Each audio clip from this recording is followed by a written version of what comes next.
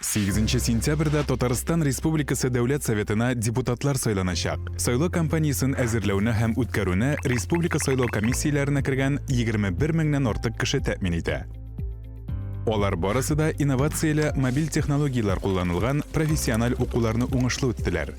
Сайлаулар Россия территориясендә гамәлдә булган сайлау стандартларына ярашлы итеп оештырылачак. Участок сайлау комиссияләренең барлык беркетмәләре QR-код кулланып бастырыла. Иң эре участокларда сайлау бюллетеннәрен эшкәртү комплекслары һәм электрон тавыш бирү комплекслары урнаштырылачак.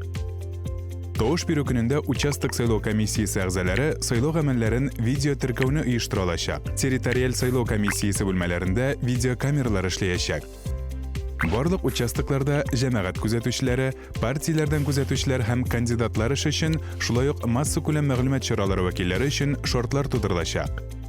Республика Дәүләт Советына депутатлар сайлауларны әзерләү һәм үткәрү буенча каралган чаралар һәр татарстанлының сайлау хокукын гамәлгә ашыруны тәэмин итә. Минем Татарстан, минем тавыш.